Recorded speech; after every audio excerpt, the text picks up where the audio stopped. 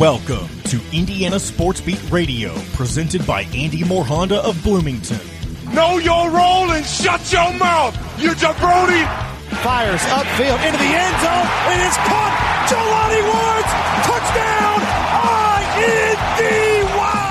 A 43-point night for Tyrese Halliburton. How do you like that, partner? Renew now, drives in low, throws up a shot. It doesn't go. Tipped up and in by Anthony Leal. Indiana takes the lead. It's pretty simple. I win. Google me.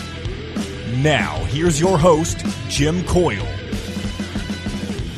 Hello, fine people, and welcome aboard to the Hard Truth Distilling Company studios for another edition of Indiana Sports Beat Radio here on this Tuesday. Kind of a rainy, overcast Tuesday. That's okay. It's kind of like that fall, deep into the fall-like weather. That's okay. I appreciate you being with us, as always, no matter how and where you're listening. Our good fine peeps on WREF. The Ref, always the right call, down 97.7 ESPN down in Evansville. 12:30 a.m., 104.7 FM, WJOB, the voice of the region, and the only sports station in Fort Wayne, 1380 The Fan. Keep it tuned right here after we're done for more programming. And Trent Sisley become a popular name amongst Indiana basketball fans yesterday when he made his announcement that he will be playing his basketball in Bloomington for Indiana after much consternation. Most people thought that Indiana didn't have a great shot with him. I had no pulse on it. I if I thought one thing, then I would talk myself into something else. I'm like, so I just decided that one I just didn't know. And so I was just going to wait for it to come out, and it did. And Trent Sisley will be on the show with us today. So we'll hear from Trent and about his decision and how things are going with him, catch up with him, and all of that good stuff. So looking forward to that. Colorado. First of all, the Reds fired David Bell. I think it was about time. I was expecting better things this season than after last season's nice little run that they put together. Didn't happen. And he gone. Who's going to be next? I don't know. We'll have to wait and find out. IndyCar NTT Series is introducing a charter system, much like NASCAR, or similar to NASCAR, where the owners actually have a stake in things, which makes sense. I mean, they're the ones that's putting all of the resources and efforts out there to have the entries each week. So we'll have to get either Dave Perchon from IndyCar or someone here soon, and we'll talk more about that. Speaking of NASCAR, Chase Briscoe over the weekend from Mitchell, Indiana, of course, on the NASCAR Cup Series tour, moved on to the round of 12 in the playoffs as very unlikely. He's one of the unlikely guys to move forward, but he continues to race his way forward. And, man, he's one of those guys that's kind of just quietly knocking at the door. Raced his way in with a win at Darlington toward the end of the season. I can't remember if that was the last race of the regular season, I believe. And so there's some great fortune, and then continues to race his way forward as the first cut of the playoffs in NASCAR has been set, but he has made it to the round of 12. We'll hear from Kurt Cignetti today. And Colorado is trying to flip Byron Baldwin, a four-star quarterback who is committed to Indiana. But Indiana is playing with the big dogs now. They've got players that other people want, and Prime says, hey, man, come to Colorado. But I've got to be honest with you. If I'm looking at Colorado, great win last week, though, over, was that Baylor? In overtime. I mean, What a sick comeback. Unbelievable comeback. Shedeur Sanders throws that bomb at the end of the game, and they're able to pull the old Hail Mary in and then go into overtime and win. Wow, that was something. But so regardless, Byron Baldwin is a 4-star quarterback commit to Indiana, but Colorado would sure like to have him. And this is Rivals National Recruiting Director Adam Gorney talking about this potential flip. Let's hear what he has to say. Byron Baldwin committed to Indiana in the spring. He remains committed to the Hoosiers, but now Colorado and many others are really pressing for his commitment. So this will be one of the early tests for Curt Cignetti and his recruiting staff, especially after having such a great start to this season. Indiana is playing great football. If you haven't seen them, they're not just winning. They're not just getting by teams. They dominated UCLA in the Rose Bowl. They blew out Charlotte this weekend, which was expected, but not necessarily for an Indiana football team who hasn't won games like that in the past. So Baldwin remains committed to Indiana, and the Hoosiers have some work cut out for them, especially with Colorado. I think that's the team to watch now. He was really blown away sitting down and talking to the coaches this weekend about just how many connections they have to the NFL, how much player development that they've done. And I also think that a lot of people close to Baldwin are really sold on Colorado now after being there. Of course, they saw one of the best finishes, maybe in college football history. Shedeur Sanders throws about a 55, 60-yard bomb into the end zone to force overtime. Then they win in overtime. They storm the field to beat Baylor. That is definitely a memory that Baldwin is going to carry, whether he flips or not. But it does look like right now that the Buffaloes are in very good favor for Baldwin and his family. There you go. That's Adam Gorney from Rivals.com talking about the potential flip of 4-star quarterback Byron Baldwin. Now, yeah, he was there for that incredible finish of Colorado versus Baylor. It was wild. But also, they're packing the stadium at Colorado. They're storming the field. They're having a blast. And not to get on this to beat a dead horse, but it is worth mentioning. Another one of the issues with the fans not showing up, not staying at games, recruits see that. So Byron Baldwin just saw now, again, is a great finish, but the crowd was still there. They stayed the whole time, and he's going to see that. Now, he comes to an Indiana game, and the stadium empties out at the half. He's going to see that. So it is incumbent, if Indiana is going to build, they need a fan base, which they have a base, but they need to grow it, which I'm pretty confident that as this schedule continues to pick up, the attendance will do the same. There should be more people in the stadium for the Maryland game as the first Big Ten home game comes along, and then you've got more, and the names rise when Nebraska comes to town. Of course, that's going to be a big interest. They're a good team, first of all, but they'll also travel. They'll bring fans. And hopefully more Indiana fans come out. But it's crucial that the recruits see that. That's where they're going to be. They want to be in an exciting place.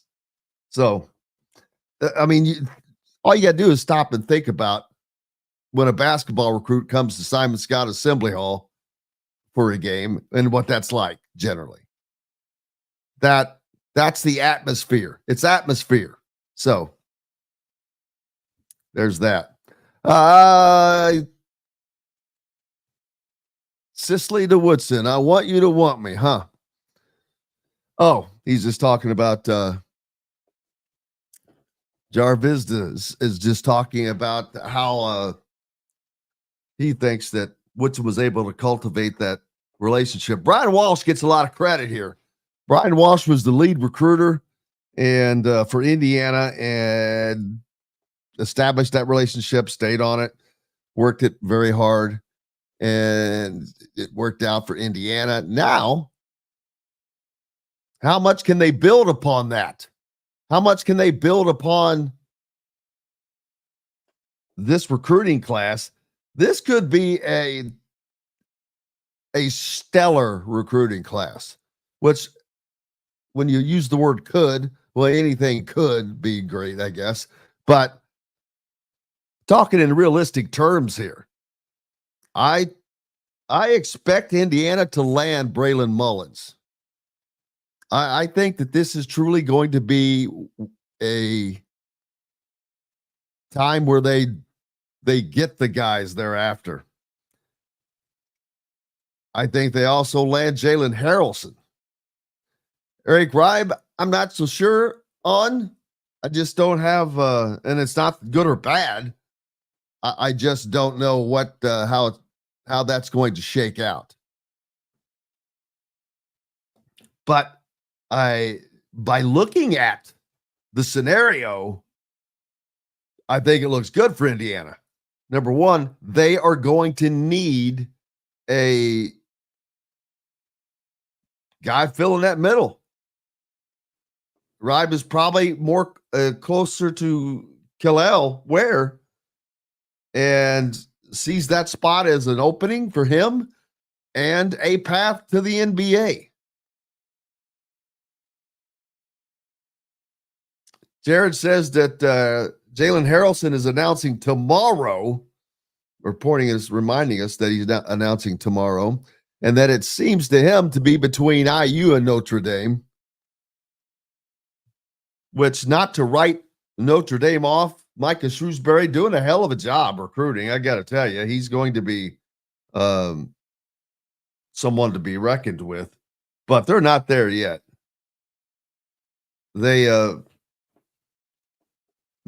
Indiana could land a monster class, and they are the momentum that it would give Mike Woodson and Indiana if within days they could land a 4- and 5-star player. That's gigantic momentum.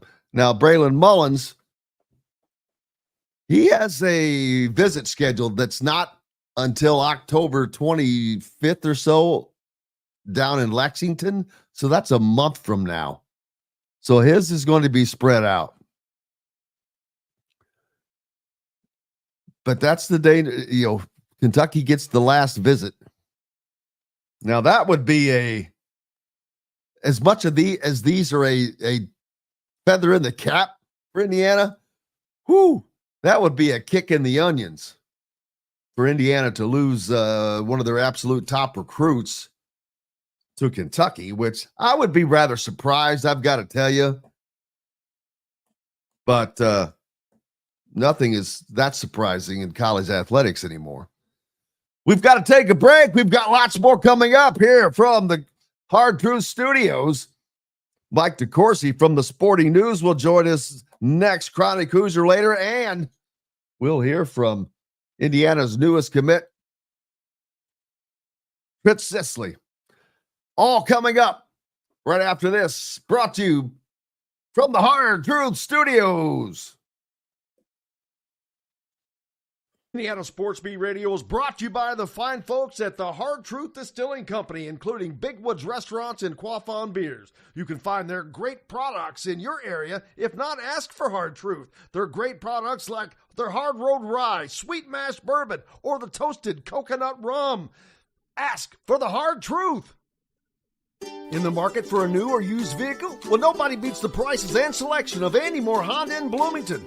Right now, get a brand new Honda with no payments for 90 days. That's right, 2023 and 2024 Honda Pilots, HRVs, CRVs, Honda Ridgelines, payment-free for 90 days. Or get 0.9% APR financing for 36 months on a 2023 Honda Ridgeline. Go to AndyMooreHonda.com and get more to your door. If you're looking for a home in the Indianapolis area, you need Cheryl Sizemore from RE/MAX Advanced Realty. Cheryl Sizemore has over 2 decades of experience, and that could be the difference in you getting the home you want in today's tough housing market. Reach out to Cheryl Sizemore from RE/MAX Advanced Realty at cheryl@indiehomepros.com or 317-298-0961. Cheryl Sizemore from RE/MAX Advanced Realty. Let Cheryl Sizemore get you in the home you want today. Cheryl@indiehomepros.com. Looking for someone to cater your next corporate event, family reunion, or tailgate? To some, a garnish may be nothing more than just a decoration put last on a plate. But in Bloomington, catering starts with Garnish Catering. Serving all of Bloomington and surrounding areas, Garnish Catering is waiting to help make your next event one to remember. Planning a great event shouldn't have to be stressful.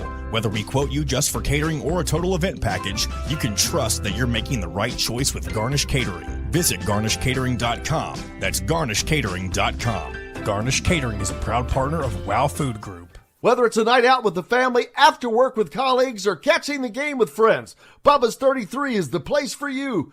Bubba's 33 offers a mouthwatering menu of selections that are all made from scratch every day. The portions are big, but the prices are small. And with over 50 big screen TVs, you'll never miss the big game. Bubba's 33, pizza, burgers, beer. Country living is just a swing away. It can be hard to find the exact home that fits your family's needs, so there couldn't be a better time to build a new home with Property Shore Construction. Now building exclusively south of Bloomington within the Stonecrest Golf community. Choose from one of the gorgeous Stonecrest Signature Series house plans. We have several lots available with scenic views of the golf course. Contact Amy Rhoda with Revesco Real Estate for additional information. 812-583-0919 or go to mystonecrestliving.com. That's mystonecrestliving.com for more details. Enjoy healthy, delicious meals at home without the hassle with the Fresh Fork. Chef-curated, ready-made meals delivered right to your doorstep. Proudly fueling IU athletes and now available to you with a menu that's always fresh and diverse, from hearty proteins to fresh salads. The Fresh Fork empowers you to make better food choices without compromising. Let the Fresh Fork help transform your lifestyle for a healthier way of living today at thefreshforkonline.com. Use promo code RADIO20 and get $20 off your first order. This segment is brought to you by the Rusty Gator in Bedford, where oceanic flavors meet southern charm.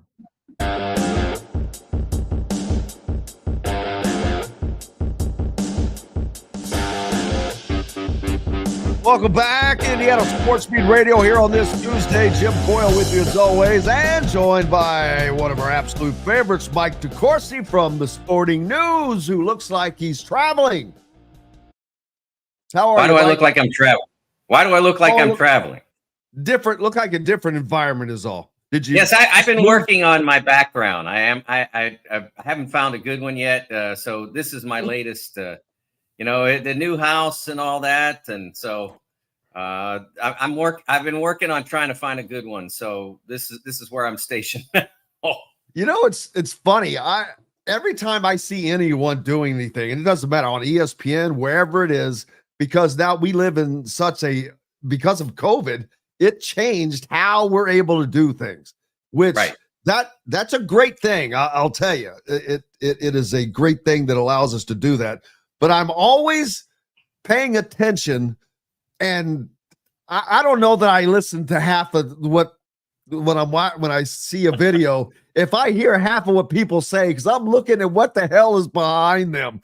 But no one will ever, and I'm drawing a blank on his name, the coach that came from Kansas City to Indiana when Tom Allen was here and had the Suns and then left to go to Notre Dame. Daggone it. Drawing a blank on his name right now, but somebody will come up with it. But regardless, when he was doing kind of an introductory press conference with the IU media, he had just 2 things behind him. One was a Super Bowl trophy, and the other one was an Emmy. And I'm like, yeah, that's what you call minimalist. Less is more.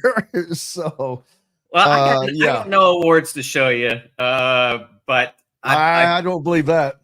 I'm jealous of all the other writers who somehow wind up in front of bookcases, but because it just doesn't. I don't have any situation. I didn't in my old house, and my previous house wasn't old, in Fishers, or this place.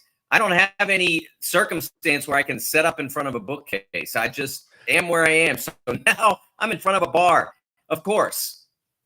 Bookcases are the number one. That I was going to say all the time. That's what you see because it's great. They can take a space that's only about 4 foot wide and make it look perfect. Put some books here, put a football here, put a basketball there, whatever.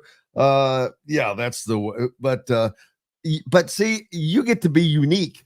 You can actually put different things on the bar week after week. You could be like Woody Page from the Denver Post when he was on that show on ESPN. Around the Horn. Where he would always have something different written on his board behind him. So character. But how was your weekend? It was good. The weekend was good.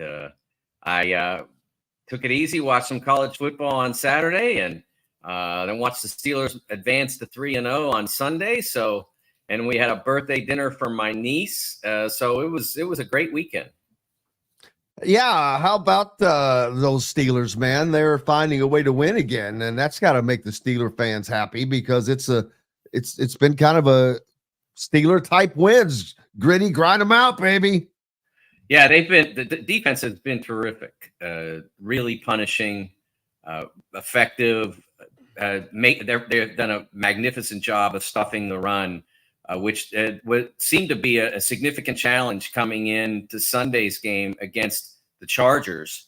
And obviously that'll have to happen with Jonathan Taylor on this Sunday with the Colts.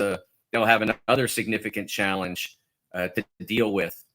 Coming into Indianapolis, Lucas Oil Stadium. You know what?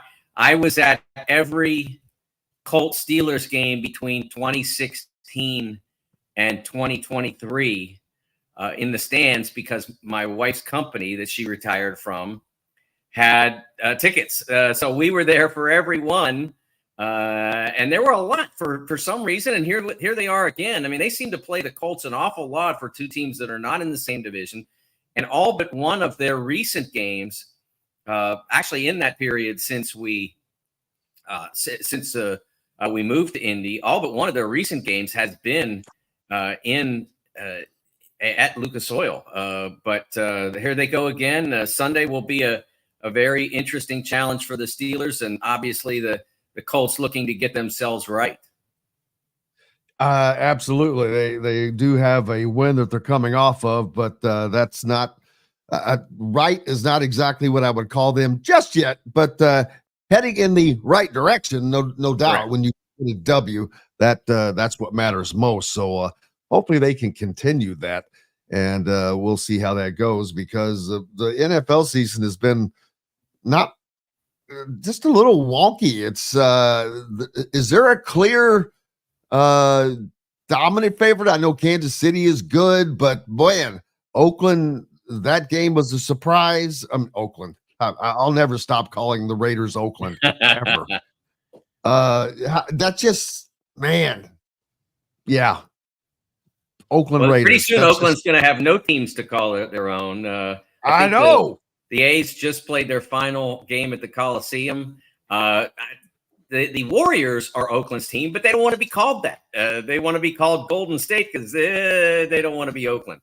But that's where the arena is, which is a lovely arena. But I would say that that at this point you're looking at an NFL that is as wide open as we can remember it. Now Buffalo has played really well. They have 3 really solid wins.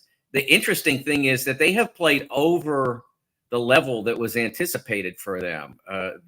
Although they had been a terrific team in recent years, they lost some players, and a lot of the NFL analysts had thought that they were going to decline, and that decline has not happened. It's largely because Josh Allen has taken another step forward and been just dominant. He's been phenomenal over the course of the first 3 games. But obviously, you have to see that continue to develop, and you have to see if anybody figures out how to slow him down, whether they have an alternative to that. But Buffalo has probably played the best football of anybody in the league to this point. Man, and that was a thrashing that they put up. A thrashing, the most points that they'd ever scored on a Monday night in their history. Was it 47? I can't remember however many. I think they ended up I'll with be honest with 47. you, I don't know if it got. I thought I saw 49. I was watching the Bengals and the Commanders, and there, see how that was pretty impressive. That I said Commanders, because I've been struggling with that one. It was 47 that the Bills got to, but I was watching the Bills and the Bengals and the Commanders with that score tag up in the left-hand corner, and kind of stopped paying attention to it when it got to be into the 40s. Yeah, anytime an NFL game gets into the 40s, it's unusual, and it's a butt whipping. That just it doesn't happen. It just doesn't happen that often. So get up there. We were talking about Vegas a minute ago with the Raiders. Well, UNLV now expected to re-engage in conversations with the Pac-12 after its commitment to the Mountain West earlier in the day was not formalized. So we've got more movement amongst teams. Who was it that just agreed to join? Utah State. Utah State accepted the Pac-12, and that's what dislodged, or I think dislodged is a good word for Vegas right now. They're not loose. They're not leaving yet, but their commitment to the Mountain West was somewhat contingent on no one else leaving. I think that's the best way to put it. If the Mountain West had stayed at 8 teams, the 8 they had, I think Vegas was very comfortable being where they are.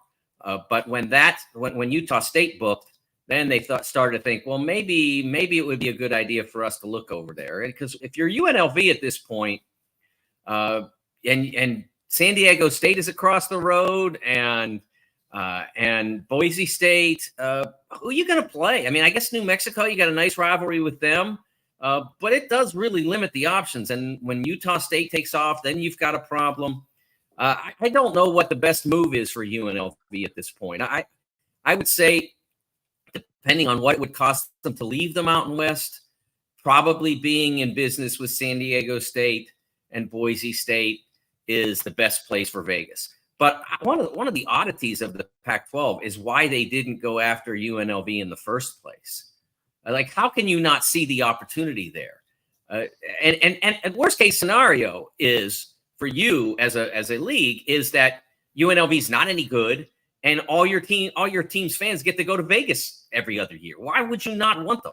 Why are you inviting Tulane? I have serious questions about the Pac-12 leadership when they're inviting Tulane and skipping over Vegas. At that point, I'm like, what are they doing? And it reinforces my position. They're trying to get Gonzaga to come in and play hoops there. And it reinforces my position that if I'm Gonzaga, I'm like, nah, man, I'm good. I don't need to be in business with you guys. You don't know what you're doing. You're not the old Pac-12. There's nobody on your list aside from maybe San Diego and Boise that I want to really be hooping with. So I'm good. I'm good where I am. I've built this thing. It functions beautifully, and you're not going to make me enough more money to make it worth my while to disengage from what has worked for me for 25 years. That's my position on Gonzaga. You know, I've had people say, well, what if Few leaves? And I'm like, okay, well, if Few leaves and Mark Few leaves and you expect that there'll be a decline, well, why do you want to be scraping along the bottom of the Pac-12? Even if there is a decline, at least you're competitive to get an NCAA bid out of the West Coast Conference. If there's a significant decline upon Mark Few's retirement, which isn't imminent necessarily, he's only 62. But if there's a significant decline upon replacing him, I don't see how being in the Pac-12 and being irrelevant there is better than being in the West Coast Conference in a league where if you are diminished, you're probably more competitive. That's how I see it. I don't know what Gonzaga will decide. I know Brett McMurphy from the Action Network yesterday, who's done a lot of college football, in particular, news breaking over the years, said it was done. And then a whole army of other reporters who are in that area, in that space, said, no, it's not. So not so fast, my friend. Yes, and Gonzaga's either, I think it's an associate AD told Jim Meehan of the Spokane paper, the Spokesman Review. Jim does a really nice job covering the Zags. That it wasn't accurate. The report wasn't accurate. Didn't necessarily say they weren't interested or that it was over, but said that report was not accurate. They are not a done deal to the Pac-12 at this stage. The funny but not surprising thing is when all of this was going down last year and the Pac-12 was being dismantled, I guess is the best way to put it, the Mountain West seemed to throw kind of a life ring to Washington State and Oregon State, and now the Mountain West is being dismantled. So, welcome to college athletics. Well, I don't understand why no one ever thinks about cooperation in these circumstances, Jim. I think it mostly comes down to self-preservation. But survival honestly, of the fittest.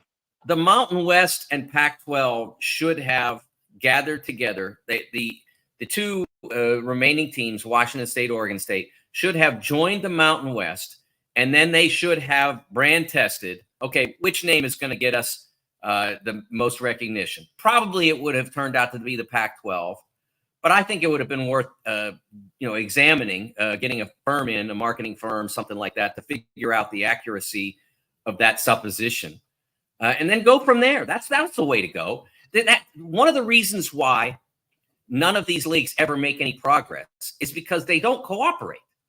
They don't progress because they don't use their strength. Their strength, there is some strength in their numbers, but they don't cooperate. They just fight each other. And that helps the more powerful leagues to not lose any ground. I think the Mountain West / Pac-12 made a significant error by fighting each other instead of cooperating. And I'm not just talking about playing a bunch of football games this year. I'm talking about a combination and then decide whether or not to use the Pac-12 brand or to use the Mountain West brand and go from there. That's why you see these leagues not make any forward movement. There was a lot of conversation from the Pac-12 about taking in, as I mentioned before, Tulane along with Memphis and USF. And I think that, honestly, I really believe that Memphis, USF, and Tulane made the right decision to stay in the American Conference. The Pac-12 was obviously offering a better brand. I mean, that, like I said before, I think there is value in that brand. But it wasn't a better competitive situation for them. They have to fly 3,000 miles to play mediocre teams. They can play mediocre teams that are 500 miles away. Why would they do that? Russell asking, is the Big Ten still looking for new members? I don't think that they are looking for anything. I don't think they ever were.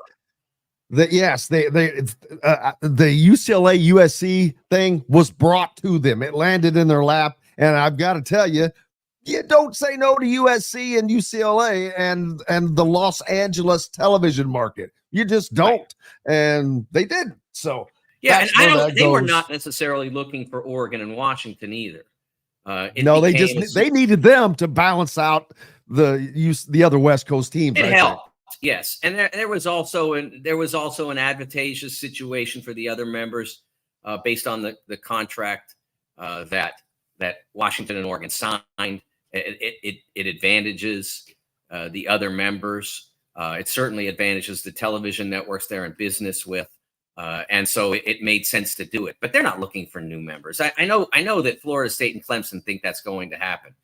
I don't ever see either of those two teams becoming Big Ten members. If the ACC were to fall apart, and I'm not predicting that, there's a Twitter account. I don't know if you've seen it. There's a Twitter account that simply is titled, "Did the ACC die today?" And a lot of days the tweet is just no. And they might not tweet anything else in that day, but there is this account. And I don't know that I necessarily believe it's going to die. I know there was a report last week that they may advance the expiration of their grant of rights from 2036 to 2030. I don't think they'll get approval from enough members. I just don't, because you're asking for chaos if you do that. Remember, 2030 isn't as far away as it sounds.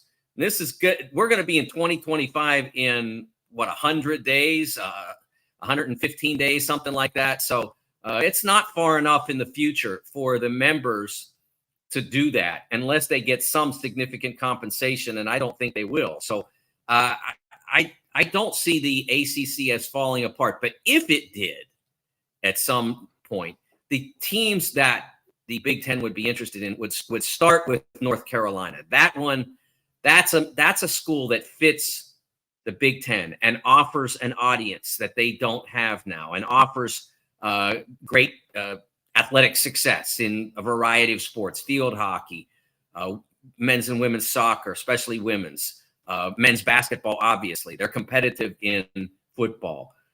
So that's a program that they would like. And then it would be just a question of, if you add them, is there anybody else there? Virginia, Duke, if you want to keep that rivalry as part of your league or whatever. But that's the only member of the ACC that I see that would be additive to the Big Ten Conference. And North Carolina has all those classes that you don't have to attend. So it's we've got lots more coming up with the great Mike DeCourcy. When we return, talk Big Ten football, and Indiana gets a major commitment in basketball. The first domino to fall, probably. Back with more Mike DeCourcy from the Hard Truth Studios on this Tuesday. This segment is brought to you by Freethink Apparel. If you're looking for a home in the Indianapolis area, you need Cheryl Sizemore from RE/MAX Advanced Realty. Cheryl Sizemore has over 2 decades of experience, and that could be the difference in you getting the home you want in today's tough housing market. Reach out to Cheryl Sizemore from RE/MAX Advanced Realty at cheryl@indyhomepros.com or 317-298-0961. Cheryl Sizemore from RE/MAX Advanced Realty. Let Cheryl Sizemore get you in the home you want today. Cheryl@indyhomepros.com. Whether it's a night out with the family, after work with colleagues, or catching the game with friends, Bubba's 33 is the place for you. Bubba's 33 offers a mouthwatering menu of selections that are all made from scratch every day. The portions are big, but the prices are small. And with over 50 big screen TVs, you'll never miss the big game. Bubba's 33, pizza, burgers, beer. Country living is just a swing away. It can be hard to find the exact home that fits your family's needs, so there couldn't be a better time to build a new home with Property Shore Construction. Now building exclusively south of Bloomington within the Stonecrest Golf Community. Choose from one of the gorgeous Stonecrest Signature Series house plans. We have several lots available with scenic views of the golf course. Contact Amy Rhoda with Revesco Real Estate for additional information. 812-583-0919 or go to mystonecrestliving.com. That's mystonecrestliving.com for more details. Know a team or group needing a fundraiser? Boost Fundraising raises more money faster and offers the most unique and user-friendly online fundraiser in the nation. Your team receives personalized fundraising pages for each team member. Free team-branded promo gifts shipped to each donor. Boost Fundraising does it all. Sports teams, marching bands, charity causes, and community groups. Go to boostfundraising.com and be sure to enter the promo code COYLE, that's COYLE, to receive a discounted fundraiser. Looking for someone to cater your next corporate event, family reunion, or tailgate? To some, a garnish may be nothing more than just a decoration put last on a plate. But in Bloomington, catering starts with Garnish Catering. Serving all of Bloomington and surrounding areas, Garnish Catering is waiting to help make your next event one to remember. Planning a great event shouldn't have to be stressful. Whether we quote you just for catering or a total event package, you can trust that you're making the right choice with Garnish Catering. Visit garnishcatering.com. That's garnishcatering.com. Garnish Catering is a proud partner of WOW Food Group. In the market for a new or used vehicle? Well, nobody beats the prices and selection of Andy Moore Honda in Bloomington. Right now, get a brand new Honda with no payments for 90 days. That's right, 2023 and 2024 Honda Pilots, HRVs, CRVs, Honda Ridgelines, payment-free for 90 days. Or get 0.9% APR financing for 36 months on a 2023 Honda Ridgeline. Go to AndyMooreHonda.com and get more to your door. This segment is brought to you by Hoosier Hanks East.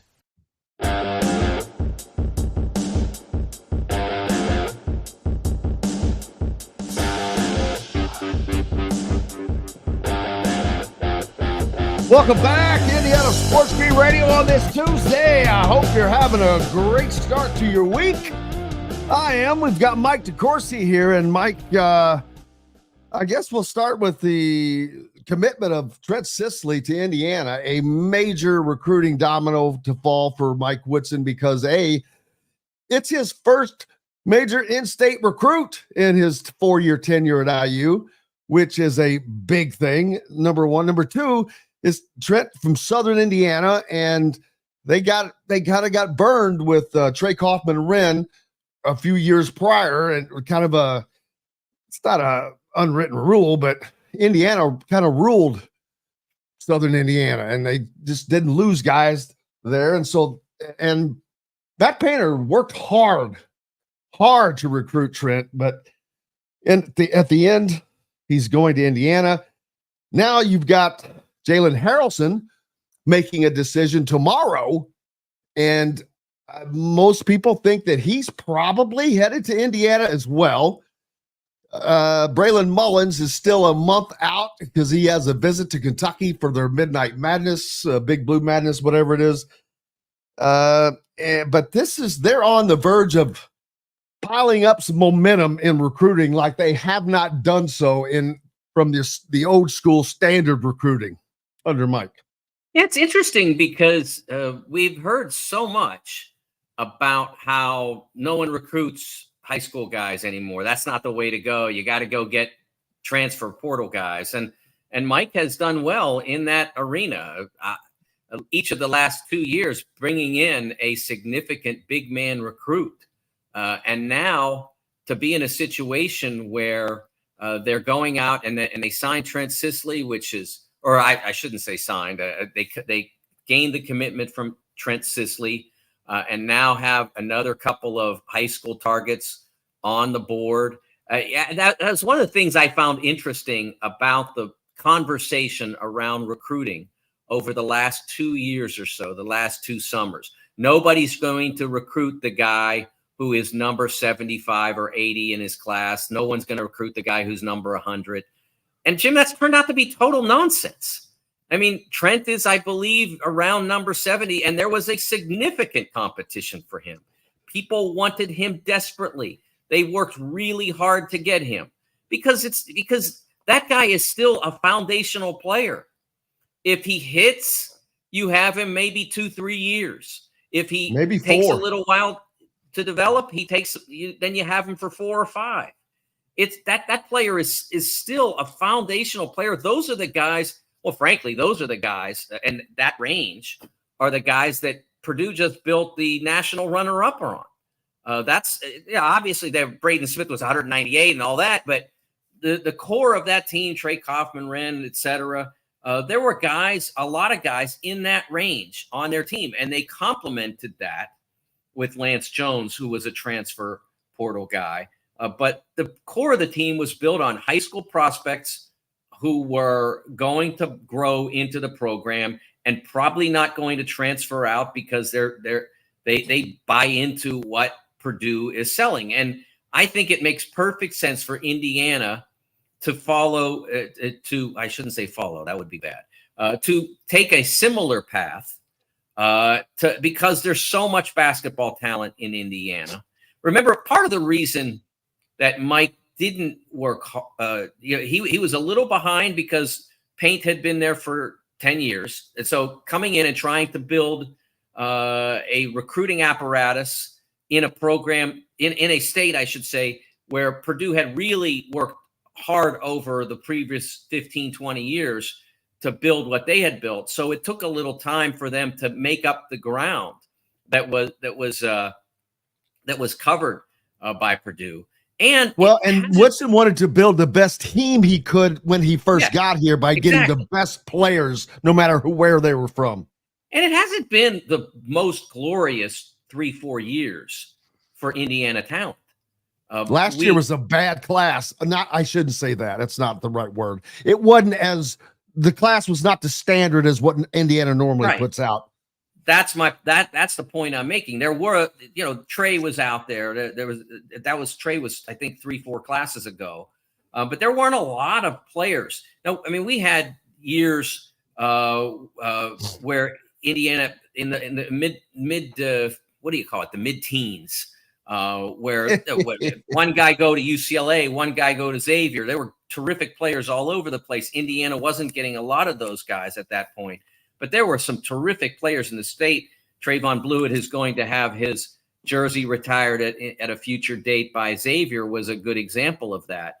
That there were and there were better players than that. You go back to Zach Irvin and Gary Harris from my old high school of Hamilton Southeastern.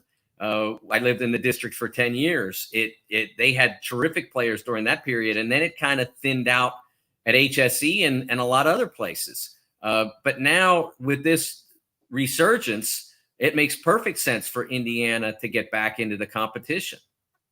Absolutely. And it's at a time that's advantageous, as we just talked about. It was a weird, he was behind when he first got here, and then the classes weren't good. But then, boy, this class that was coming, we knew that it was coming. Indiana knew it was coming, and that's where they put their eggs as far as recruiting. And in all seriousness, I know that recruiting is still important, but it's not as important as it used to be. When you lose someone that you wanted, it's generally more for an optics reason than anything else, because you could go right into the portal and replace that guy, and maybe with a slightly better piece because of experience. But this is great talent. I'm sorry to cut you, but this is great talent. And like you said, it's a mix. If they can land along with Trent Sisley, Braylon Mullins, and Jalen Harrelson, you've got three different types of players that are going to be three different years of service. I see Trent as someone that's a definite 3-year player for somebody at a minimum. Harrelson might be a one and done. I don't know. Mullins is probably at least a couple of years. So you've got a nice mix, and they're all different positions, so you don't have crowding of that sort. One of the best aspects of high school recruiting now is, with the rare exception of like a Cooper Flagg comes along, somebody like that. If you miss, if you don't win, it's not as devastating as it was 5-10 years ago.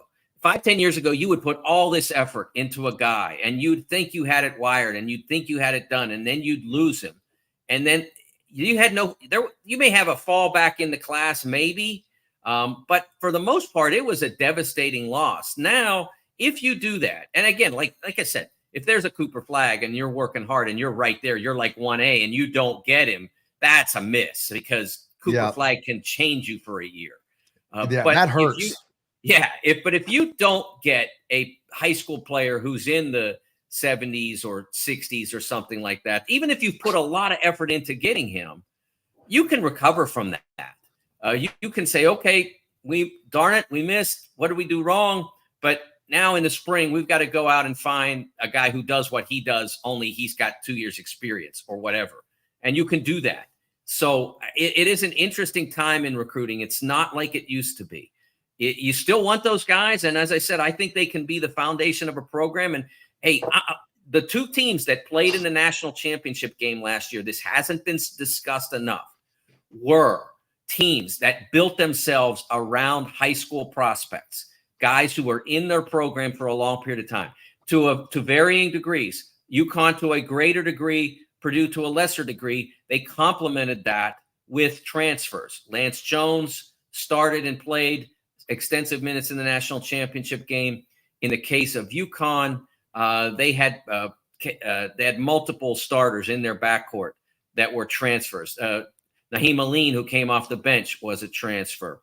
Cam Spencer, a lot of their guys were transfers, but the core guys were. Steph Castle was a high school guy, one and done, but a high school guy. They were built around a loyalty to program, a commitment to program, and then we're going to complement you with guys that fit certain roles, as Spencer did. They needed a shooter desperately. They were not going to win a national championship without Cam Spencer.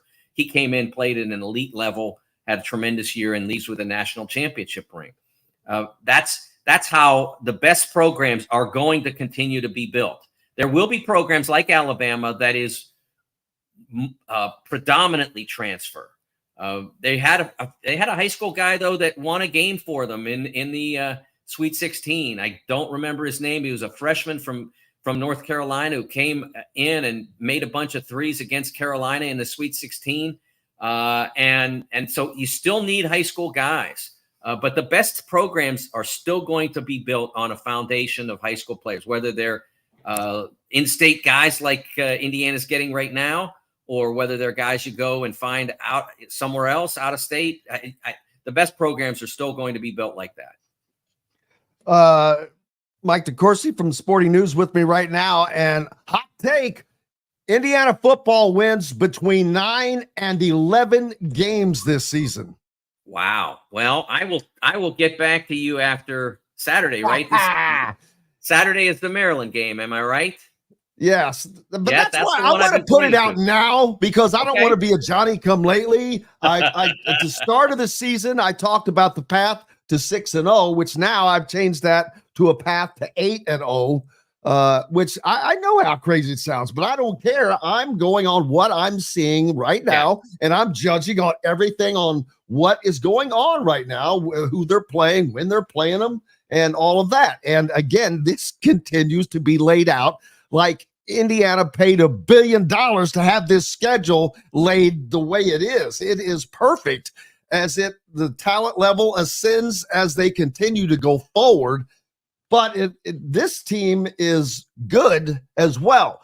They're good right now, 4 games in. So as these teams get better, Indiana's going to get better. And they're pretty damn good right now. If you look at what their numbers are, they're averaging 50 points a game, giving up less than 10, just over 1 point per game in the second half they're allowing, Mike. Yeah, the reason I point to this sequence, though, is you look at Nebraska, and they were off to a red-hot start, and everybody was excited about Dylan Raiola, and they're still excited about him. But they go and they play a home game on a Friday night against Illinois, and what happens? Illinois turns out to be better than advertised. They put in a beautiful performance. Nebraska tries to come back, but they can't pass block. Raiola winds up on his behind a few times, and Illinois leaves Lincoln with a win. And so that's why I point to this sequence of games, this 3-game sequence: Maryland home, Northwestern road, Nebraska home.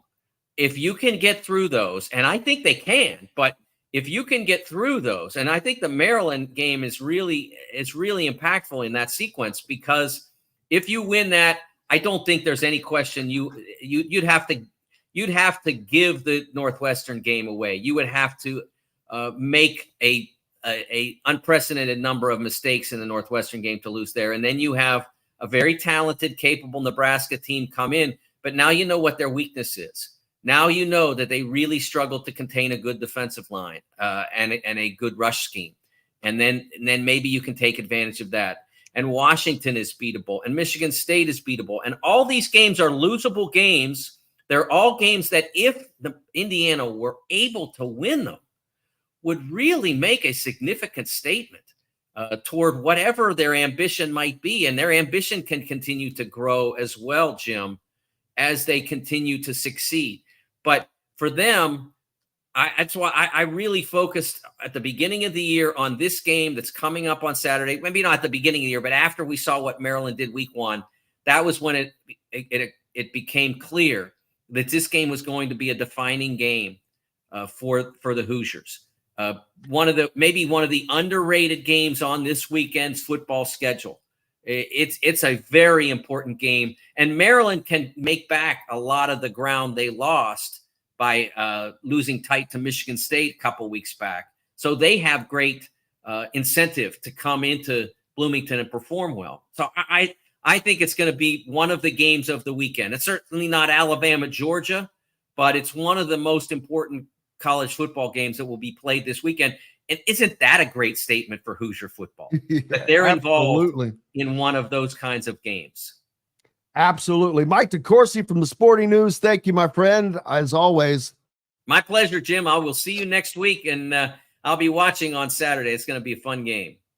Have a good one, brother. We appreciate you. Mike DeCourcy from the Sporting News. Make sure you're giving him a follow. And we've got lots more coming up. Chronic Hoosier will join us. We're going to hear from Trent Sisley, Indiana's latest commitment.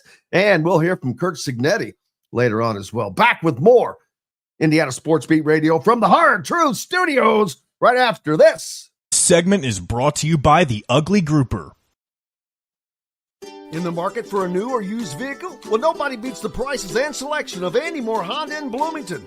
Right now, get a brand new Honda with no payments for 90 days. That's right, 2023 and 2024 Honda Pilots, HRVs, CRVs, Honda Ridgelines, payment-free for 90 days. Or get 0.9% APR financing for 36 months on a 2023 Honda Ridgeline. Go to AndyMooreHonda.com and get more to your door. Looking for someone to cater your next corporate event, family reunion, or tailgate? To some, a garnish may be nothing more than just a decoration put last on a plate. But in Bloomington, catering starts with Garnish Catering. Serving all of Bloomington and surrounding areas, Garnish Catering is waiting to help make your next event one to remember. Planning a great event shouldn't have to be stressful. Whether we quote you just for catering or a total event package, you can trust that you're making the right choice with Garnish Catering. Visit garnishcatering.com. That's garnishcatering.com. Garnish Catering is a proud partner of WOW Food Group. If you're looking for a home in the Indianapolis area, you need Cheryl Sizemore from RE/MAX Advanced Realty. Cheryl Sizemore has over 2 decades of experience, and that could be the difference in you getting the home you want in today's tough housing market. Reach out to Cheryl Sizemore from RE/MAX Advanced Realty at cheryl@indyhomepros.com or 317-298-0961. Cheryl Sizemore from RE/MAX Advanced Realty. Let Cheryl Sizemore get you in the home you want today. Cheryl at IndyHomePros.com. Whether it's a night out with the family, after work with colleagues, or catching the game with friends, Bubba's 33 is the place for you.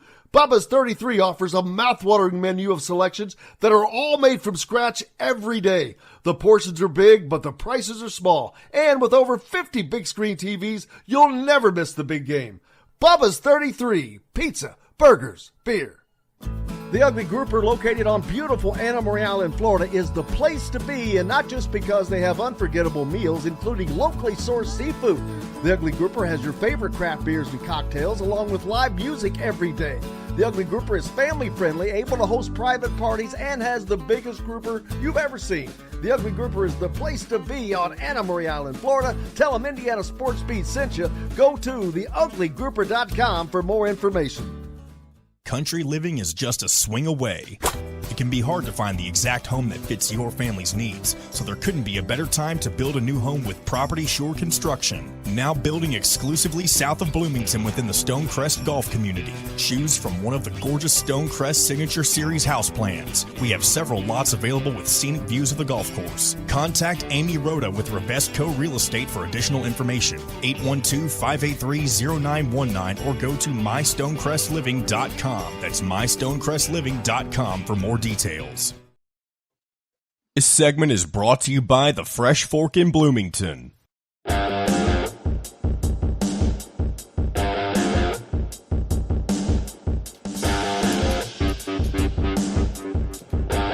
Welcome back, Indiana Sports Beat Radio on this Tuesday. Jim Coyle with you as always, and now joined by Chronic Hoosier. How are you, my friend? I could not be better if I tried. How are you?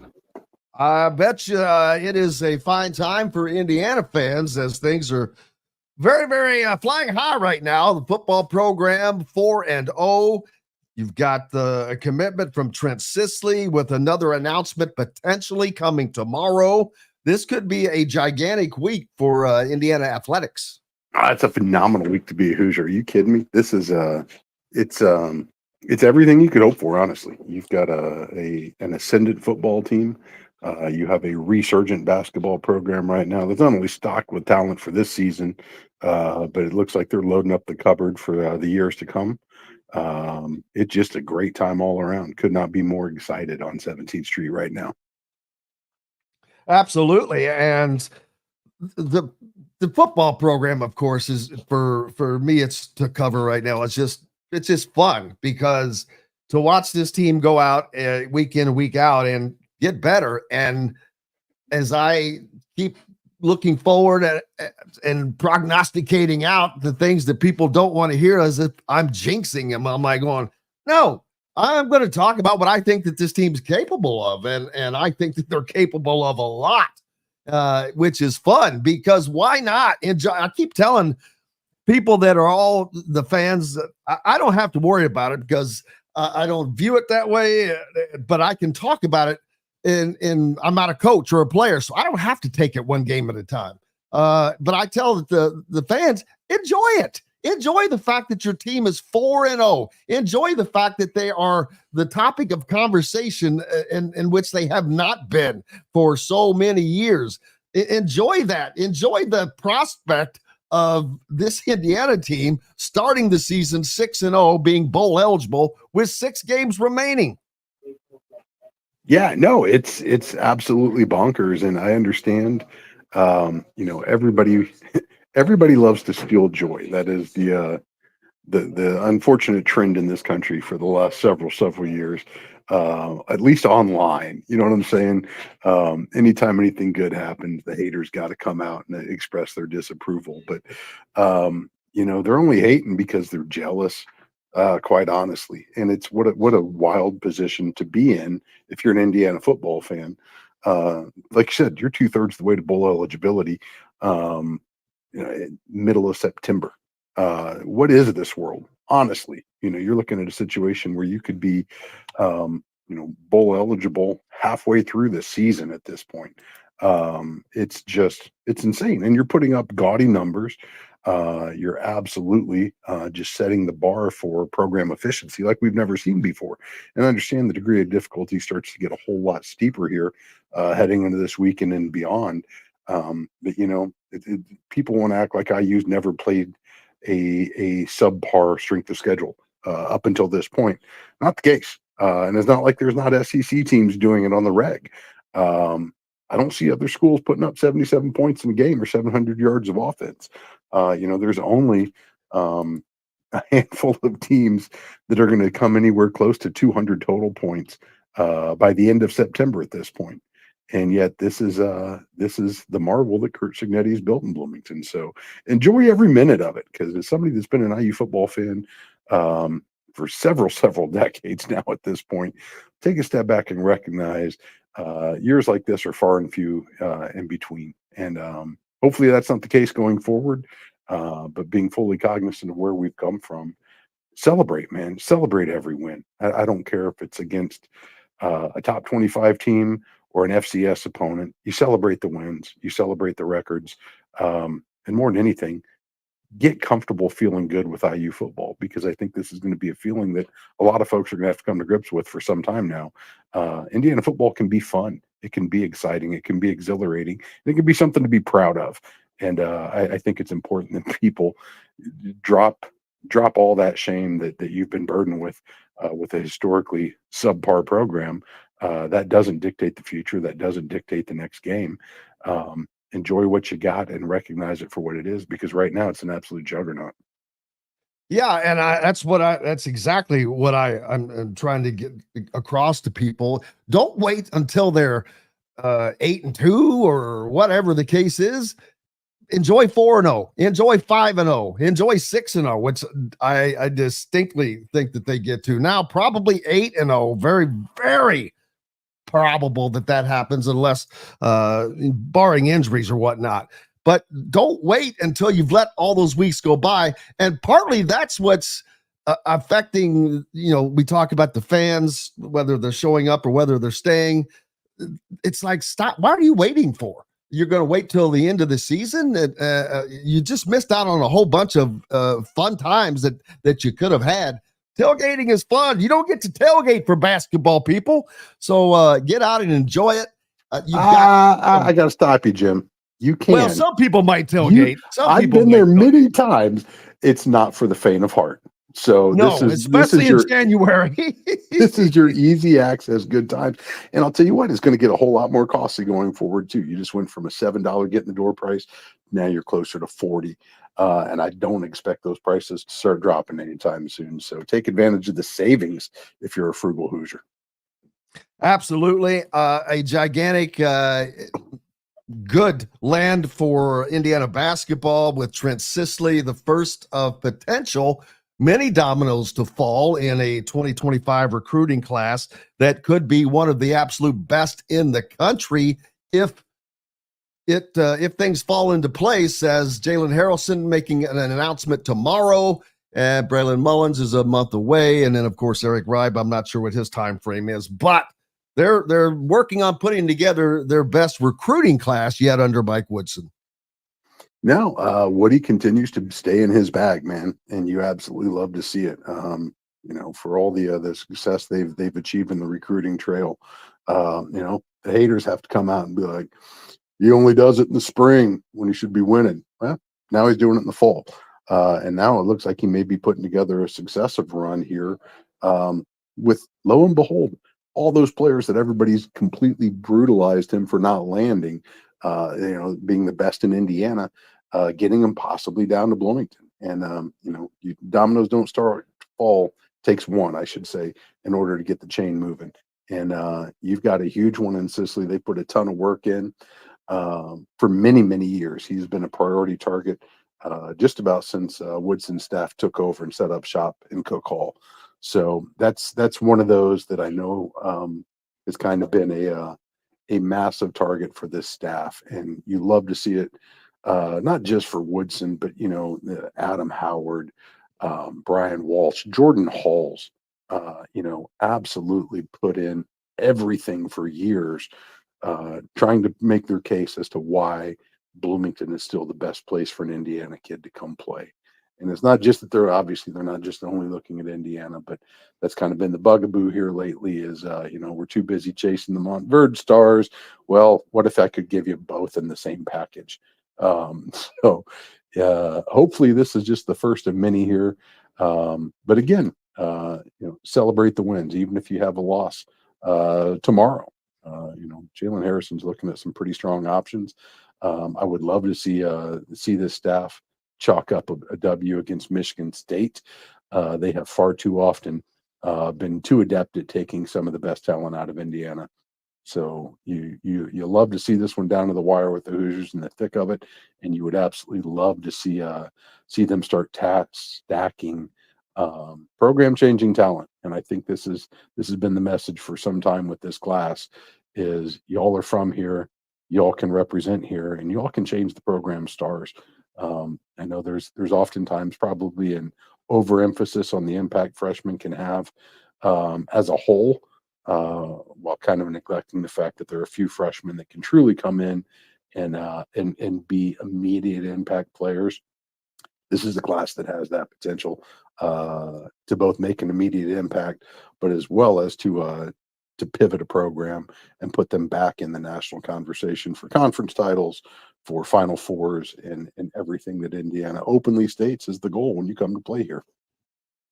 Yeah, it seems like it just took Woody a minute to adjust to the college game because it's taken just a year, probably longer than they should have been in this position. But there were other things that went into that, not having the greatest class that Indiana normally has last year as far as the state, and some other issues as well. But now that this is, first of all, this season could be a Big Ten championship winning season for Indiana.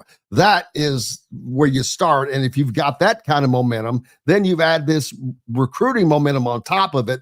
Now you start building the snowball rolling downhill syndrome, and you just start devouring things. And that is what Indiana fans have been looking for this program to be headed in that direction.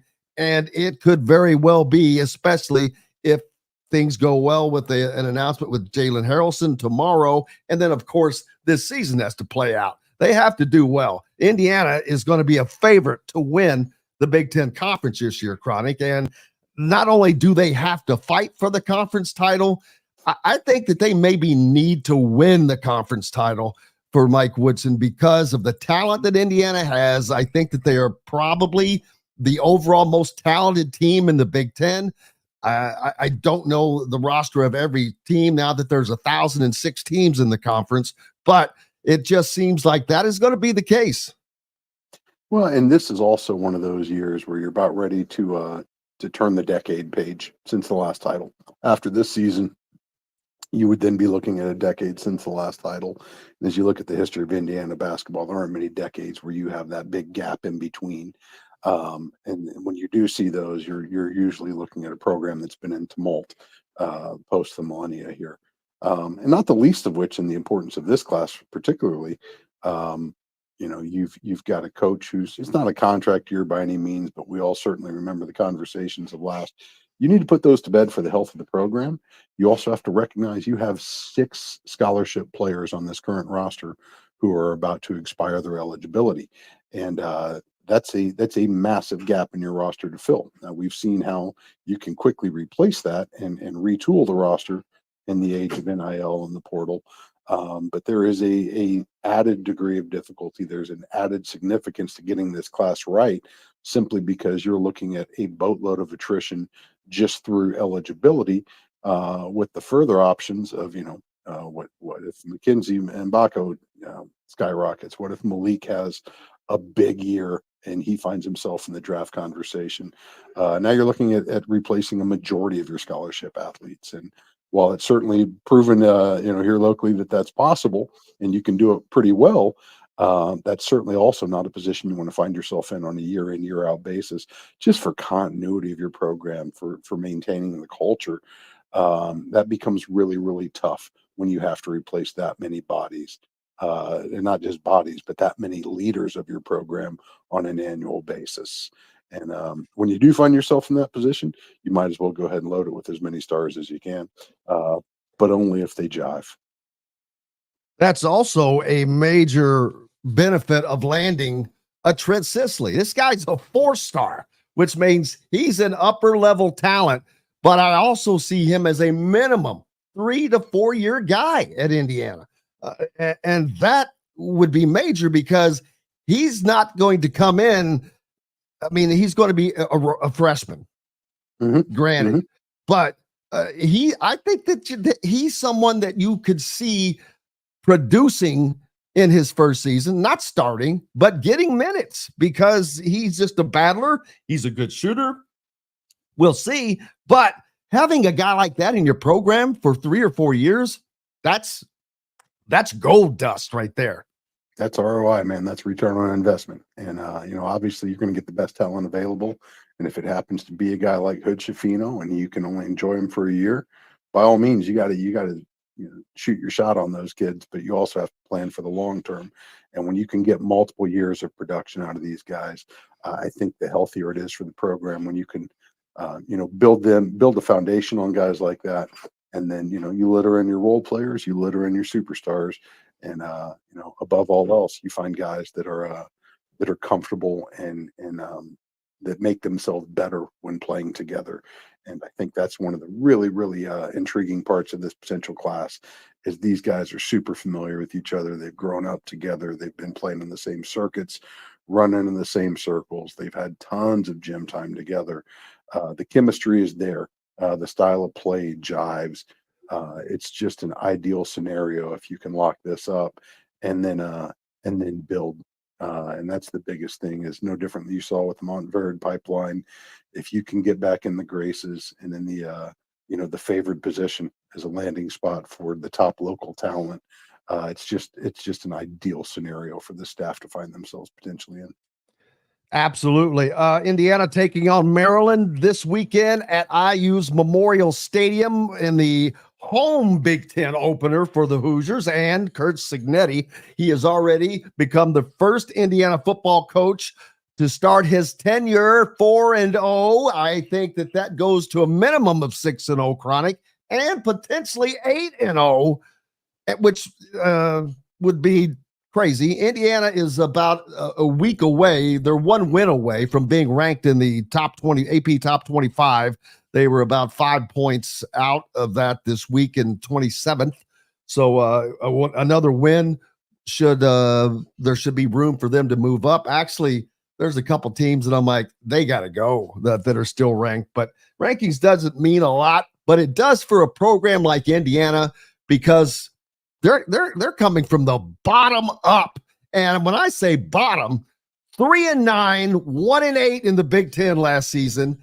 I've said this. I wrote this on a piece of paper and I showed it to Don Fisher a couple of weeks ago, that I expect Kurt Cignetti to not only win Big Ten Coach of the Year, I expect him to win the National Coach of the Year award this season, because of what I think that this football team is going to be able to do.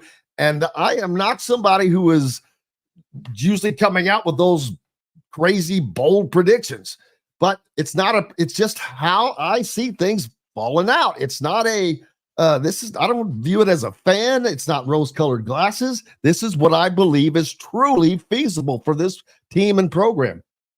No, I mean, let's take a step back. And I am a fan. I am a hyperbolic fan, but I can also be objective. And I objectively see a team that has scored more points than any other team in the country besides Ole Miss. Miami's tied with 27 touchdowns, but only Ole Miss has more TDs than Indiana does on offense. And defensively, the Hoosiers are 7th in the nation in points allowed. So I don't care what point. Yeah, I don't care what schedule you're points playing per game in the second half. Exactly. That is that's cold hard stats, baby. This is a team that can put up some points crazy efficiently, insanely efficient on third down. And this is a defense that, while they've shown that, they're still human and they're still working stuff out, figures out a way to lock it down, get the ball back in the offense's hands, and let Curtis O'Rourke do what he does. Now, obviously, degree of difficulty is going to increase. But what you see right now is exactly what you've seen at every stop in Kurt Cignetti's tenure. He makes an impact on both sides of the football. He demands accountability. He demands production. And that's what he's built his program to do, and that's what they're doing. So, we talk in the off season about where the rubber hits the road and you start putting film on tape. Y'all got eyes. Y'all see the same game we do. Y'all see the same box scores that we do. Take the subjectiveness out, and what you're seeing right now is a very competent and capable Indiana football team on both sides of the football. And yes, you might see some dip as the competition gets greater, but what you also have to keep an eye out for is these are the same guys making plays against higher level competition. And everybody said, "Oh, it's an FCS school." Okay, you just went into the Rose Bowl and absolutely cleaned UCLA's clock. You do that again at Maryland, what's the next hurdle they have to clear? Because they're at the top of the table of the Big Ten right now, and they're putting up top in the country numbers. So believe what your eyes are showing you, because right now you're looking at a really good Indiana football team that is probably going to keep getting better, because that's also what Kurt Cignetti's teams do. Well, and that UCLA game, there's such a big statement because it's a brand. UCLA, their first Big Ten game in the Rose Bowl, national TV audience. Then UCLA makes it even better. They put a cherry on top by going down to Death Valley in Baton Rouge and playing LSU to a 17-17 tie at the half, which shocked me beyond belief. So that helped Indiana's cause as well. But they'll have the chance to do that themselves this week to see if they can continue allowing just 1.5 points per game in the second half, Chronic. That is a stat that there's no team in the country that can be doing that. I wouldn't imagine. No, yeah. If memory serves, we hear a whole lot, especially during basketball season, about adjustments. About, that's the true measure of a coach is adjustments. Let's apply those same metrics to the football program and tell me how you feel about Sig's Hoosiers right now. Exactly, my friend. Enjoy it. I hope you get out to the game, although it is going to be a rainy one this weekend, possibly. We'll see how the attendance goes. That could definitely affect that. But appreciate you as always, and all the fine folks at Andy Moore Honda who brings you Chronic Hoosier this segment. Thank you, sir. Appreciate you. Thanks for having me, Jim. We'll catch you next week. You betcha. More coming up. We're going to hear from Trent Sisley, Indiana's newest commit, and Coach Kurt Cignetti, the Sigmaster.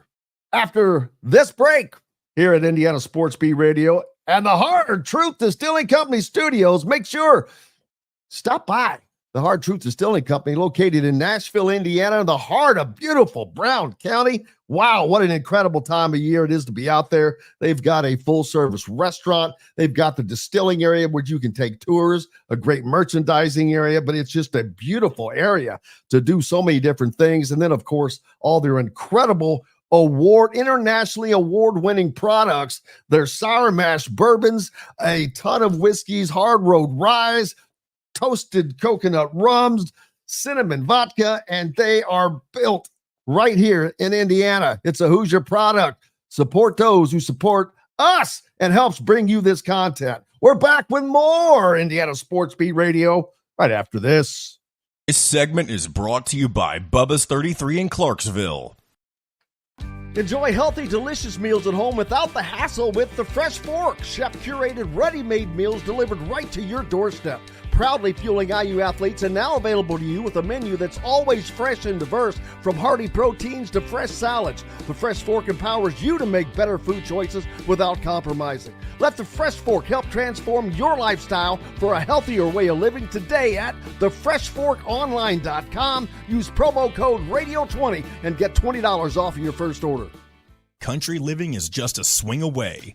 It can be hard to find the exact home that fits your family's needs, so there couldn't be a better time to build a new home with Property Shore Construction. Now building exclusively south of Bloomington within the Stonecrest Golf Community. Choose from one of the gorgeous Stonecrest Signature Series house plans. We have several lots available with scenic views of the golf course. Contact Amy Rhoda with Revesco Real Estate for additional information. 812-583-0919 or go to mystonecrestliving.com. That's mystonecrestliving.com for more details.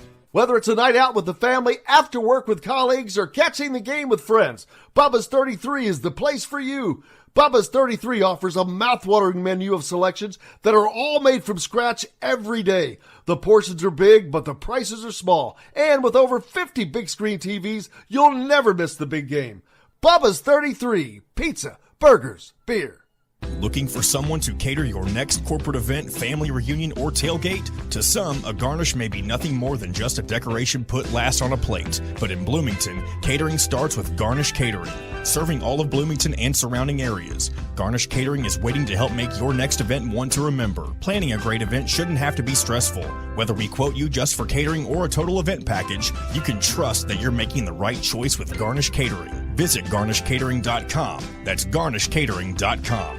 Garnish Catering is a proud partner of WOW Food Group. If you're looking for a home in the Indianapolis area, you need Cheryl Sizemore from RE/MAX Advanced Realty. Cheryl Sizemore has over 2 decades of experience, and that could be the difference in you getting the home you want in today's tough housing market. Reach out to Cheryl Sizemore from RE/MAX Advanced Realty at cheryl@indyhomepros.com or 317-298-0961. Cheryl Sizemore from RE/MAX Advanced Realty.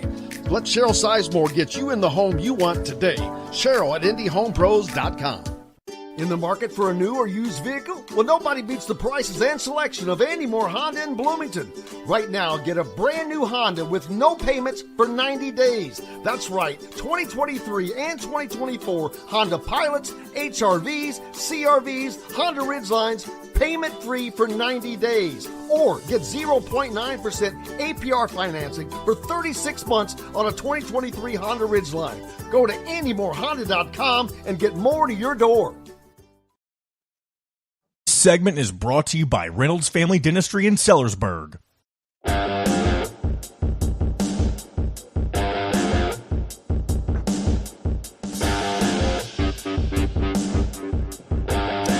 Welcome back to the Hard Truth Distilling Company studios on this Tuesday. Indiana Sports Beat Radio with Jim Coyle.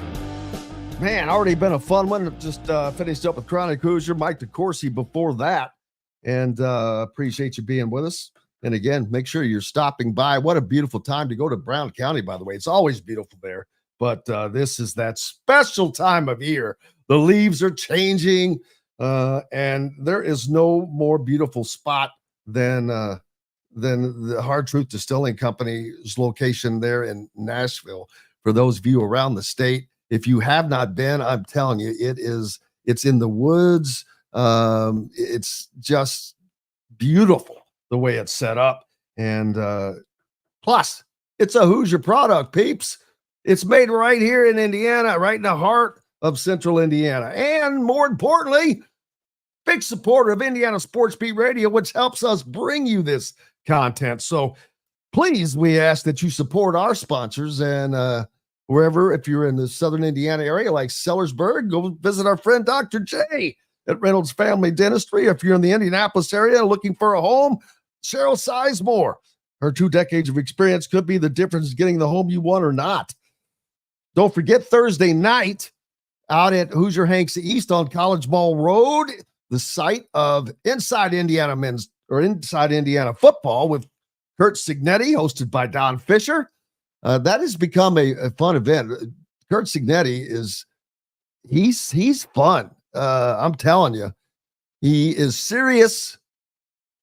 He's a great combination of serious and fun.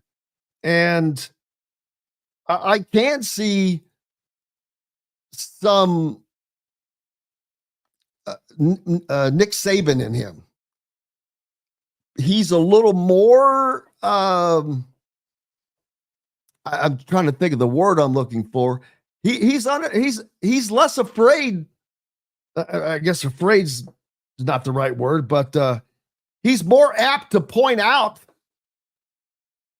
their successes, and not in a bragging way, because if you can do it, it ain't bragging, but just to remind people, hey, because there's so much excitement around the Indiana football program right now. And his take on it is that me and my coaches are not surprised. The players in that locker room are not surprised. The people are surprised, but this is what we expect because this is what we've done. This is how it's been. This is what he meant by Google me. This is what they have done every place they've been. Everyone doubted, or most people doubted. Oh, you can't do that in the Big Ten. You damn sure can't do that in Indiana. Not so fast, my friend. So there is that. Man, there's some great games coming up this weekend. Just in the top 25. I don't know if that Miami is truly a top 10 team, but this is what aggravates me. But they're in a weak conference, so they're going to get to float through. Hopefully that probably won't matter because they're going to win the ACC, which would give the ACC their automatic entry into the college football playoffs. There's not another ACC team that deserves to be in right now, especially right now. But Louisville is one that would sure like to be in that conversation at 3-0. They traveled to South Bend this weekend to take on the Fighting Irish. The Fighting Irish, already at 3-1, cannot afford a loss. So I expect Notre Dame to come out ahead of that one. Kentucky at 2-2, not looking great for Mr. $9 million a year. Woo! They're not happy down in Lexington with their coach. He takes on, and they travel to, daggone it, Oxford, Mississippi, to take on Lane Kiffin and the Ole Miss Rebels, who are 4-0. What's the spread on that? They don't even have one there right now. So, there it is. 17.5 points, Kentucky's the underdog. Michigan, currently ranked 12th in the country at 3-1. They can't lose anymore. They take on a Minnesota team, a 2-2 Minnesota team in the Big House again. So, that's going to be an easy move up for Michigan, which is fine. That's beneficial for Indiana because that's a high-ranking team that Indiana is going to get to play. And if you want to be the best, you've got to beat the best. So that is perfect. Let Michigan rise as high as they can because you need those high-profile wins. Nebraska was going to be one until they lost to Illinois. So that kind of threw a bucket of water on that. Let's see. Number 20, Oklahoma State will travel to Kansas State. KSU is a 6-point favorite. How? I don't know after last week. BYU 4-0 at number 22, traveling to Baylor at 2-2, who look good, but they lost in that tough game to Colorado last week. Number 13, USC, smarting from that loss at Michigan, in which they let that one sneak out of their hands. They will host a 2-1 Wisconsin team that, frankly, is not looking that good. I'll be honest with you. Oklahoma, number 21, Oklahoma travels to Auburn. Arkansas travels to number 24, Texas A&M. Number 1, Texas hosts Mississippi State. Number 3, Ohio State travels to East Lansing to take on Sparty. We'll get a good look at Sparty this weekend to see what they've got. That's a 7:00 Peacock game. Let's see. Clemson hosting Stanford. Iowa State goes to Houston. And Georgia and Alabama. Woo! There's a game. Number 2, Georgia, traveling to number 4, Alabama. Both teams are 3-0. I don't think Georgia's that good or as good as what they have been. I think Alabama wins this game and knocks Georgia down a peg. Here's a Big Ten game. Number 19, Illinois. They have to travel into the mouth of the lion, the Nittany Lions, as number 9 Penn State will be waiting for them. At 3-0 Illinois team. Surprising. Big wins over Nebraska on the road. That was gigantic for the Illini and Brett Bielema. Now they have another opportunity. This is this is one of those wins that define kind of where you're going. Penn State has to win this game to stay in the conversation of being up in the upper echelon, as does Illinois. There's just very little room for margin. And I'm talking about college football playoffs. I'm not talking about having a good season or making a bowl game here, because those teams are all going to be doing that. Number 14, LSU, taking on South Alabama. Boise State, number 25, Boise State at 2-1. Now, why are they ranked at 2-1 when you've got a 4-0 Indiana team that's because it's Indiana. Whatever. Utah, Arizona, Oregon, number 8, Oregon, 3-0. Travel to UCLA. Oregon has an easy, manageable schedule. I'm telling you, they are going to go 11-1. I just am going to be shocked if Oregon, trying to get their schedule pulled up, but there we go. Michigan State this week. Now, next week, they welcome in the Ohio State Buckeyes. That is going to be a big test. Then they travel to Purdue.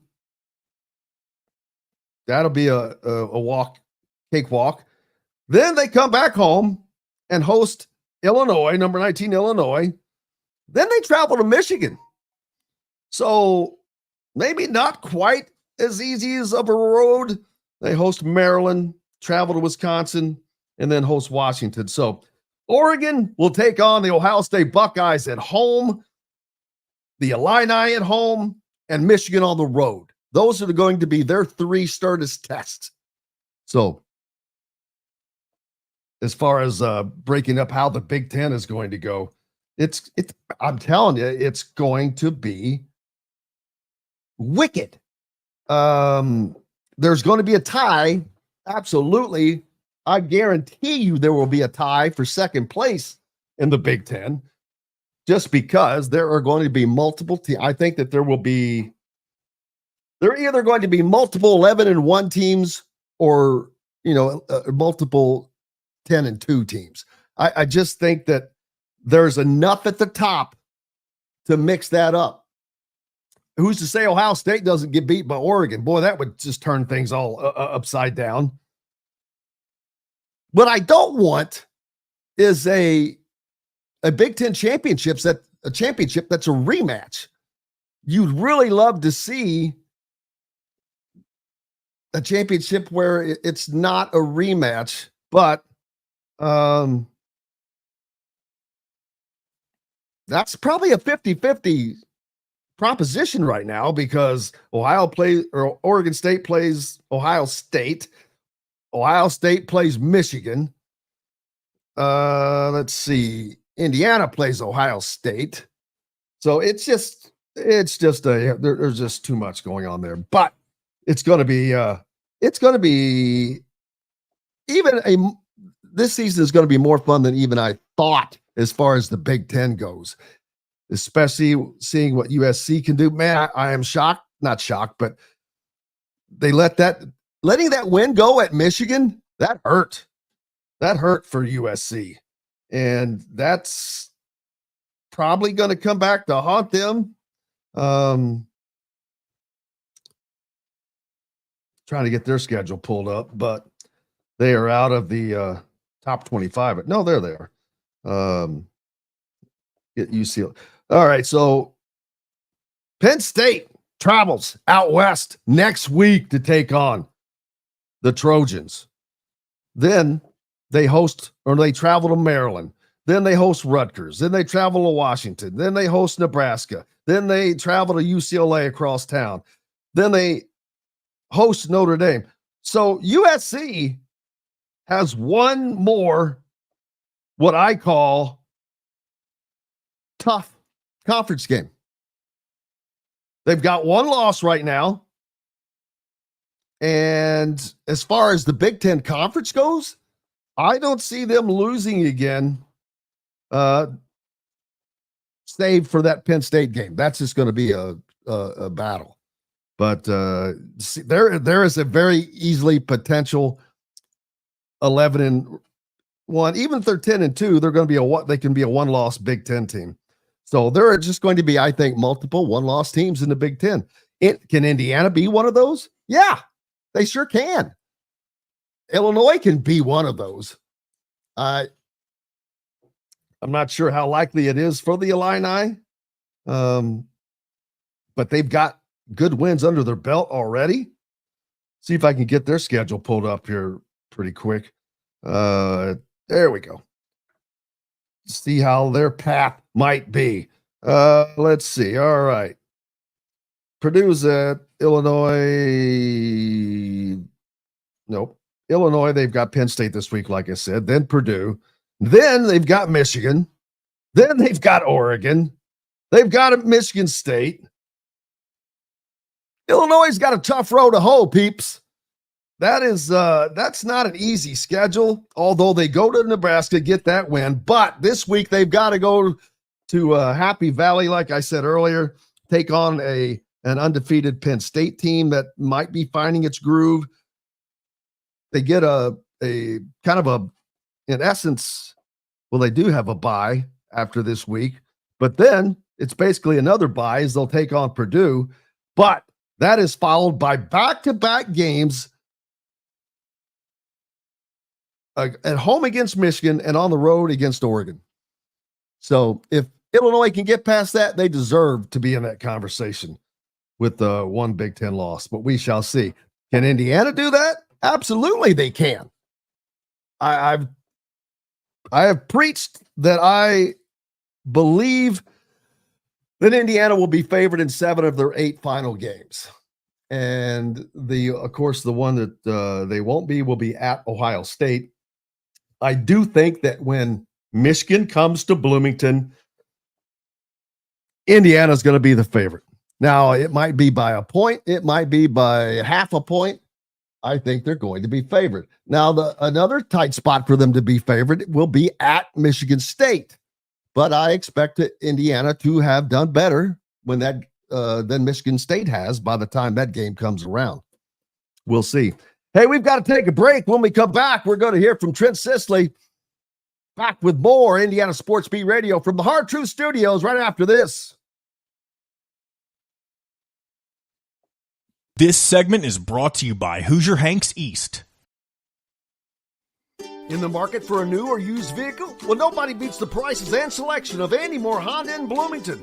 Right now, get a brand new Honda with no payments for 90 days. That's right, 2023 and 2024 Honda Pilots, HRVs, CRVs, Honda Ridgelines, payment-free for 90 days. Or get 0.9% APR financing for 36 months on a 2023 Honda Ridgeline. Go to AndyMooreHonda.com and get more to your door.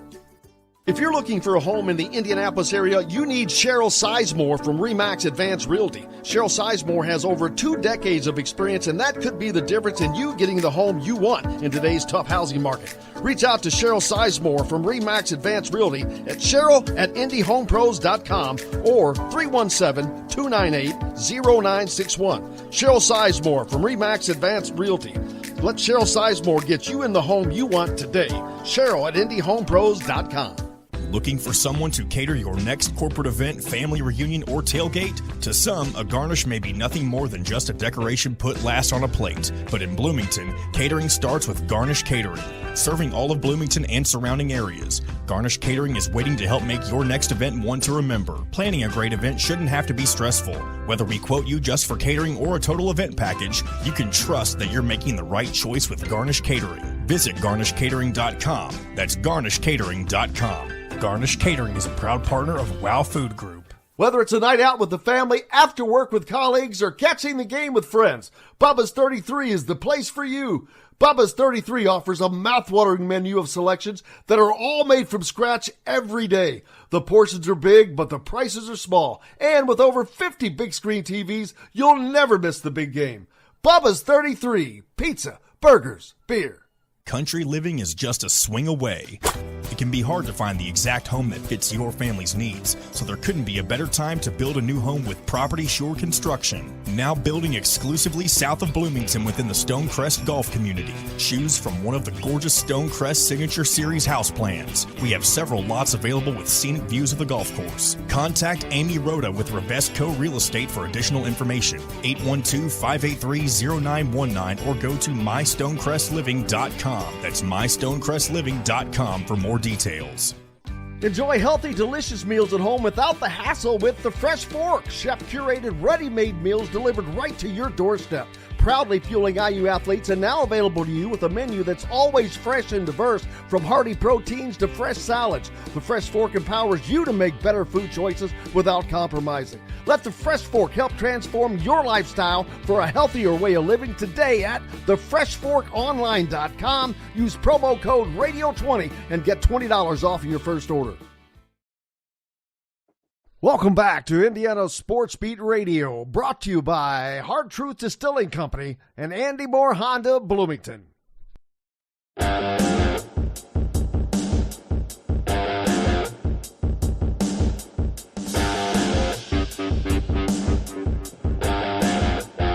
Welcome back, Indiana Sports Beat Radio here on this Tuesday. Glad to have you with us. Big week coming up as Indiana takes on Maryland for their first Big Ten game of Big Ten game of the season, that is. And that will move the Indiana Hoosiers to 5-0, which it's not that they've never started 5-0, but I'd have to look at if they've had more than a couple of those. It won't be very many, that I assure you. 6-0 starts, only one. Again, I think, what was this? He's either, I always forget, 45 or 67. One of those, and I think it was the 45 season, they tied Northwestern in week 2. So as far as consecutive wins, they're on a streak without question. And it will continue, I think, for 1, 2, 3, 4, at least another month. At least another month for people to enjoy this crazy season. Now, I hope that the weather is not bad this weekend, because it is appearing like that it could be, and we shall find out. hopefully the fans show up anyway and support this football program. Curt Cignetti met with the media this week, and I know that we're trying to get the Trent Sisley interview to you, but I'm not sure that that's going to happen today. That might have to wait until tomorrow, unfortunately. But we did talk to Curt Cignetti when he met with the media, and I asked him about what Maryland brings that they haven't seen just yet. Curt, you talked about the receiving core in Maryland, but what does Maryland bring challenge-wise that maybe you haven't seen yet on both sides of the ball that you guys will have to face this week? Well, I mean, this is going to be the stoutest defensive line we've gone against. They're really big inside, and they got good players on the outside too. And if you go 2 tight ends, they're going to bring 5 defensive linemen in, and they're very aggressive. It's also going to be the best receiving core we've seen up to this point. Probably the best quarterback we've seen up to this point. So it's the best football team we've seen up to this point. And you guys remember the game last year. It wasn't much of a game.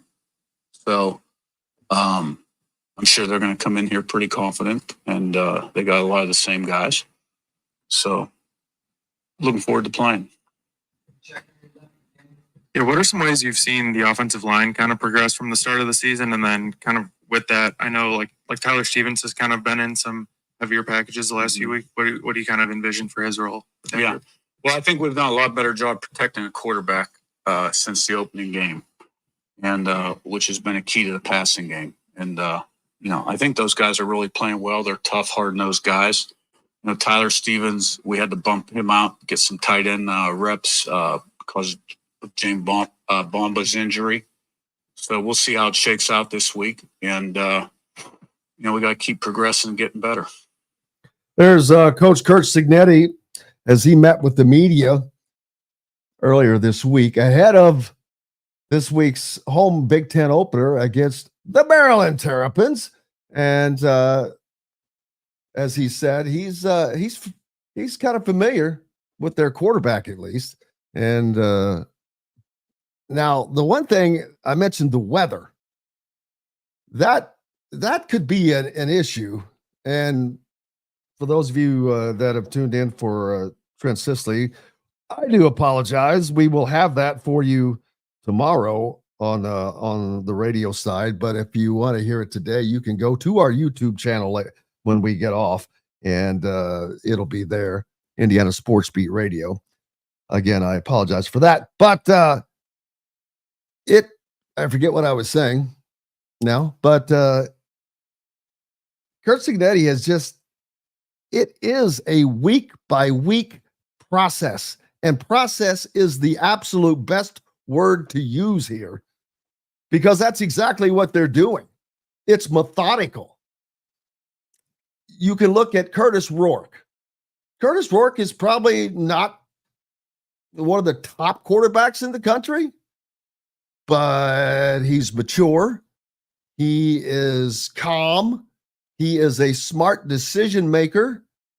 And that is the most important, outside of Curt Cignetti and his staff.